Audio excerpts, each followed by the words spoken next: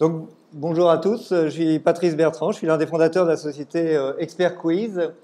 Expert Quiz, en quelques mots, on peut appeler ça un LMS complet, mais clairement avec un focus sur l'évaluation. Néanmoins, il gère, comme on va le voir, la totalité de la problématique d'un LMS. Quelques-uns de nos clients, disons ceux dont le nom est le plus évocateur, mais on a bien plus encore de clients plus petits et moins célèbres. Justement, je disais, par rapport à la plupart des LMS, placent le module e-learning au centre de leurs préoccupations, c'est leur fonctionnalité maîtresse. Et ensuite, au sein d'un module e-learning, on peut insérer des quiz que l'on aura construits, mais c'est dans cet ordre-là que ça se présente, c'est-à-dire le quiz ou l'évaluation de connaissances est une étape parmi d'autres dans un module e-learning. Et puis autour, le cas échéant, on peut greffer un système d'enquête, de gestion des compétences, d'animation des formations. Dans le cas d'Expert Quiz, l'évaluation est une brique fondamentale, maîtresse. Elle peut s'intégrer à des modules e-learning, elle peut s'intégrer à la gestion des compétences, à l'animation des formations, et elle peut se coupler avec la gestion d'enquête, et en particulier d'enquête de satisfaction. Je pourrais parler de toutes ces choses, mais le temps étant compté, je fais un focus aujourd'hui sur un sujet très précis qui est justement l'association de l'enquête de satisfaction et de l'évaluation de connaissances. Pour ça que j'ai appelé ça de l'évaluation de formation à la formation augmentée. L'évaluation de formation pour presque tout le monde est une obligation. Il s'agit bien sûr en premier lieu, je dirais, d'utiliser les retours clients pour améliorer son dispositif, démontrer la valeur ajoutée de chaque formation et rendre des comptes bien sûr aux donneurs d'ordre et aux financeurs.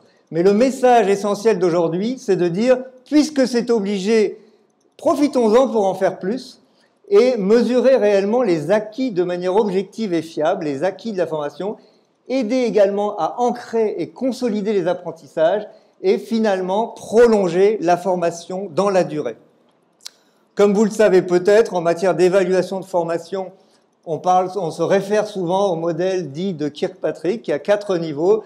Je ne vais pas vous en faire la lecture. Réaction, quelle est votre perception à l'issue de la formation? Apprentissage, qu'est-ce que vous avez appris?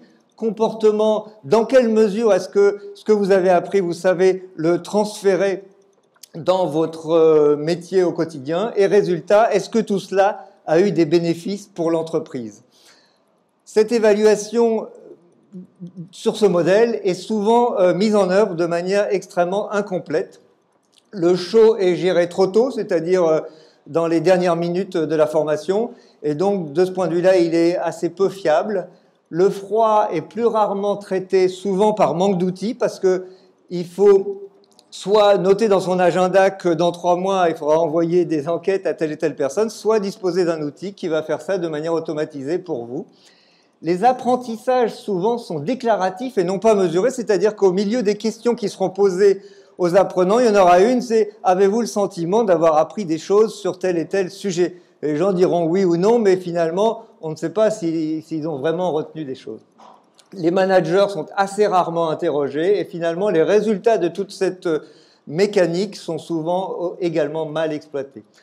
Or, avec de bons outils, on peut non seulement remédier à toutes ces limitations ou déficiences, mais on peut aller plus loin. Et c'est mon message aujourd'hui, on peut prolonger la relation avec l'apprenant dans la durée, intégrer une véritable évaluation de connaissances dans les processus en aval de la formation et un autre point, mettre en œuvre du micro-learning et de l'adaptative learning dans le contexte de ces processus aval de la formation. De manière très schématique, voilà, la formation, c'est la ligne rouge à gauche, elle s'est terminée. Et on a différentes enquêtes qu'on va soumettre. Ça peut être à chaud à T0 plus 1, à froid à T0 plus 2 mois, 3 mois. Et on peut également interroger le manager. On peut compléter ça, et ça c'est le dispositif. Et comme il était dit tout à l'heure, je crois, il y a pas mal d'outils spécialisés dans la seule enquête de satisfaction. Mais Ici, il s'agit d'aller plus loin que l'enquête de satisfaction et d'y intégrer l'évaluation de connaissances. Donc, de la même manière, par un dispositif semblable, on pourra adresser aux personnes, peut-être une semaine après la formation, 2 semaines après la formation, leur adresser des évaluations de connaissances, y compris pour voir qu'est-ce qui demeure de ces acquisitions. Et puis, on peut aller encore un peu plus loin, finalement, et dire, les stagiaires de cette formation, je vais leur adresser 3 questions par semaine pendant 20 semaines après la formation. Donc, par exemple, tous les lundis matins, ils auront dans leur messagerie, ou même sous la forme d'un SMS sur leur téléphone, une petite sollicitation qui les invitera à répondre à 3 questions. Ça peut être 3 par semaine, ça peut être 1 par jour. Et ces questions, j'y reviendrai tout à l'heure, seront choisies de manière personnalisée pour chaque apprenant en fonction des réponses qu'il a données précédemment aux autres questions.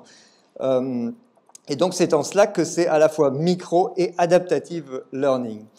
Donc, schématiquement, de quoi s'agit-il du point de vue de la solution mise en œuvre? Il s'agit, d'être capable de définir des questions et des questionnaires d'évaluation de connaissances. 2, d'être capable de définir des formulaires d'enquête, je dirais, à la Google Forms, ça parle souvent beaucoup aux gens. Et puis 3, d'être capable de définir la programmation des événements dans le temps par rapport à un top départ qui généralement est la fin d'une formation. Ici, je vous montre quelques aperçus de notre solution Expert Quiz. Donc, premièrement, élaborer des questions. Donc là, c'est un sujet relativement classique. On a 10 types de questions, mais pour chacun des types de questions, il y a une quantité d'options et de variantes qui fait qu'en fait, les types se multiplient. Ici, sur cet exemple, on a un texte à trous. On va voir tout à l'heure comment il sera présenté. J'ai accès à une médiathèque assez riche par laquelle je peux insérer aussi bien des images que des vidéos, des PDF, des PowerPoint, tout ce que je veux pour supporter et enrichir ma question. Ici, on a une option un petit peu spécifique qui est d'accorder un score particulier à chacune des réponses, mais dans certains cas, on fait des choses plus simples.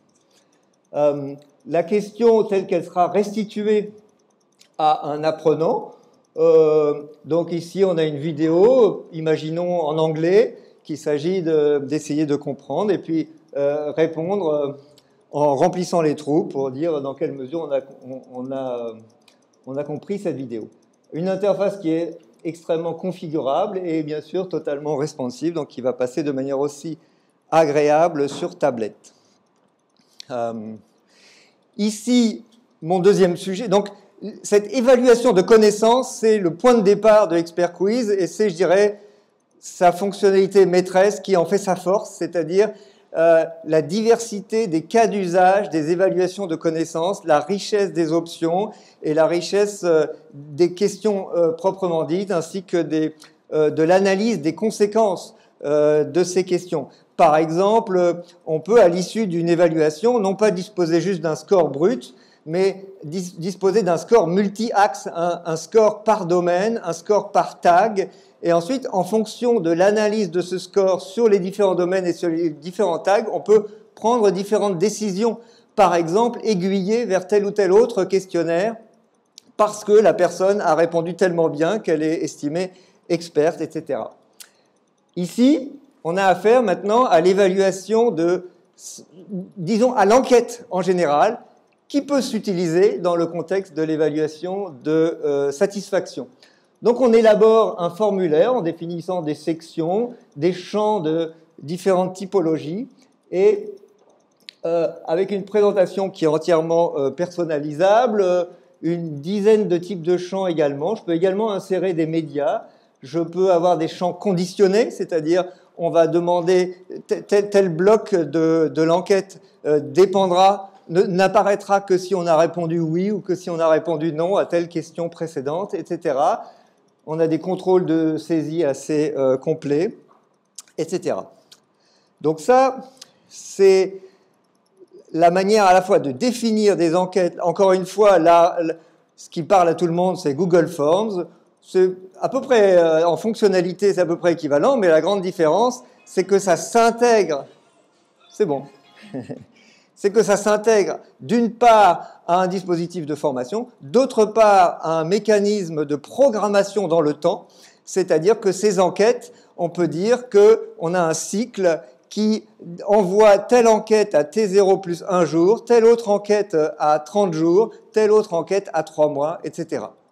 C'est le dispositif que l'on appelle, nous, de cycle, et qui est, vous avez une interface de définition des cycles ici. Donc, à gauche, vous sélectionnez soit des enquêtes que vous avez préparées, soit, si le sélecteur est réglé sur questionnaire, eh bien, vous sélectionnez des questionnaires d'évaluation, cette fois-ci de connaissances. Vous les basculez à droite, et pour chacun, vous allez définir sa programmation. Donc, de manière très simple, celui-ci, par exemple, est une enquête qui sera envoyée à T0 plus 30 jours. Si la personne n'a pas répondu, on fera jusqu'à 3 rappels espacés de 2 jours. Elle partira à 9 h du matin et l'enquête sera valide, ouverte pendant 5 jours. Ici, on a un questionnaire micro-learning antarctique qui commence 14 jours après le début du cycle, qui sera répété 50 fois à intervalle de 7 jours et qui ne sera pas envoyé les samedis et le dimanche. Voilà, donc ça, c'est un outil très complet pour planifier dans le temps à la fois des enquêtes qui peuvent être le plus souvent de satisfaction, mais qui pourraient, somme toute, porter sur n'importe quel sujet, et des questionnaires d'évaluation des connaissances. Donc, on règle l'heure d'envoi, les jours de la semaine, les délais, la répétition, etc. Quelques mots sur ce que l'on peut faire avec ça. En matière de micro-learning, le micro-learning, finalement, ça tient en quelques principes. Des sollicitations régulières et rapprochées, une durée de concentration réduite et, si possible, une dimension ludique, distrayante, parce que dans beaucoup de cas, on compte sur la personne qu'elle va faire se mettre dans le dispositif de son propre chef et non pas par obligation. Et quelques mots sur la dimension d'adaptative learning. Comme je l'évoquais déjà tout à l'heure,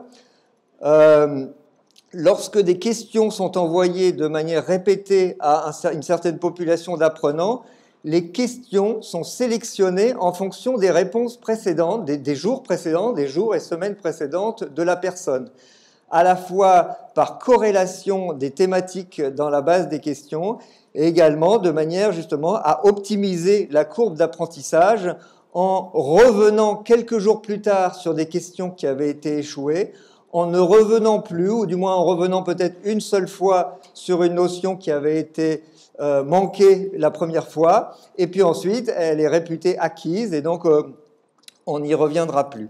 Et donc ça demande bien sûr d'avoir élaboré une base de questions sur une certaine thématique qui comporte suffisamment de questions pour procurer une expérience variée sur la durée. Tout ça avec comme finalité d'optimiser la courbe d'apprentissage de manière personnalisée, c'est-à-dire pour chacun en fonction des réponses de chacun.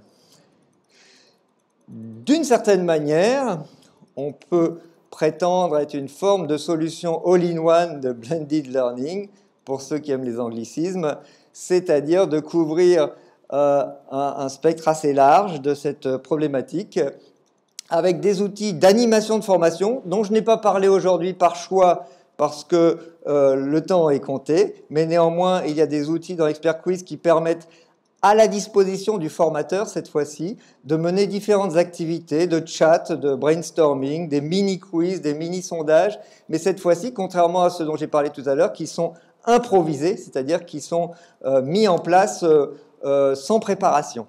L'évaluation des connaissances, qu'il s'agisse d'évaluer les prérequis avant l'inscription ou dans le cours du processus d'inscription à une formation, de mesurer les apprentissages et également d'être dans une logique de validation et de certification. Et puis en fait, enfin, l'évaluation dite sur le modèle de Kirkpatrick avec ces notions d'enquête, de cycle, de rapport et d'exploitation statistique avec un export vers des solutions de BI, de Business Intelligence. Voilà, je crois que je suis bien dans les temps. Qu'est-ce qu'il faut retenir de cette très courte intervention? 4 choses. Expert Quiz est une solution complète pour évaluer les formations. mais elle permet aussi d'évaluer les connaissances et de les certifier. Tout cela avec un dispositif qui permet d'automatiser les processus et d'y intégrer du micro et de l'adaptative learning. C'est-à-dire, typiquement, dans beaucoup de cas, ce processus est déclenché par une API depuis un Training Management System qui va fournir l'ensemble des informations permettant de programmer le cycle d'évaluation et de mesure des connaissances. Et ensuite, le processus est pris en charge de manière totalement autonome et automatique. Et puis, en complément, proposer des outils interactifs pour les formateurs. Voilà, j'en ai fini. Je vous remercie. Merci beaucoup.